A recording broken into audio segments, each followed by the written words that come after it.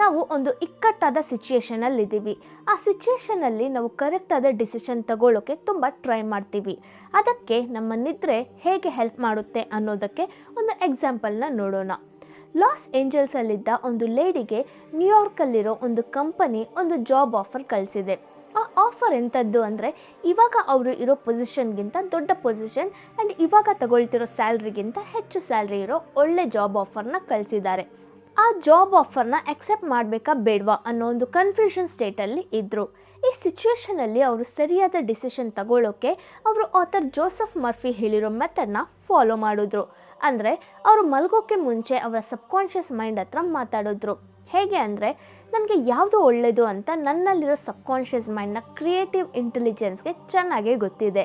ಈ job ಆಫರ್ನ accept ಮಾಡಬೇಕಾ reject ಮಾಡಬೇಕಾ ಅನ್ನೋದಕ್ಕೆ ನನ್ನ ಸಬ್ಕಾನ್ಷಿಯಸ್ ಮೈಂಡ್ ನನಗೆ ಸರಿಯಾದ ಡಿಸಿಷನ್ ತಗೊಳ್ಳೋಕ್ಕೆ ಹೆಲ್ಪ್ ಮಾಡುತ್ತೆ.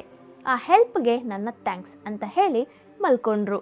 ನೆಕ್ಸ್ಟ್ ಡೇ ಮಾರ್ನಿಂಗ್ ಎದ್ದೇಳೋವಾಗ ಆ ಜಾಬ್ ಆಫರ್ನ ಅಕ್ಸೆಪ್ಟ್ ಮಾಡ್ಕೊಳ್ಳೋದು ಬೇಡ ಅಂತ ಅವರ ಇನ್ನರ್ ಫೀಲ್ ಹೇಳ್ತು. ಸೊ ಅವರು ಅದನ್ನ ರಿಜೆಕ್ಟ್ ಮಾಡಿದ್ರು.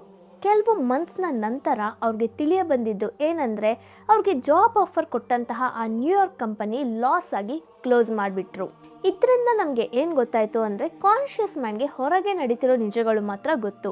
ಅಂದರೆ ಸ್ಯಾಲರಿ ಹೆಚ್ಚಾಗಿದೆ, ಪೊಸಿಷನ್ ಚೆನ್ನಾಗಿದೆ, ನ್ಯೂಯಾರ್ಕ್ ಸಿಟಿ ತುಂಬ ಒಳ್ಳೆ ಸಿಟಿ, ಹೀಗೆ ಬೇಸಿಕ್ ನಿಜಗಳು ಮಾತ್ರನೇ ಅದಕ್ಕೆ ಗೊತ್ತು.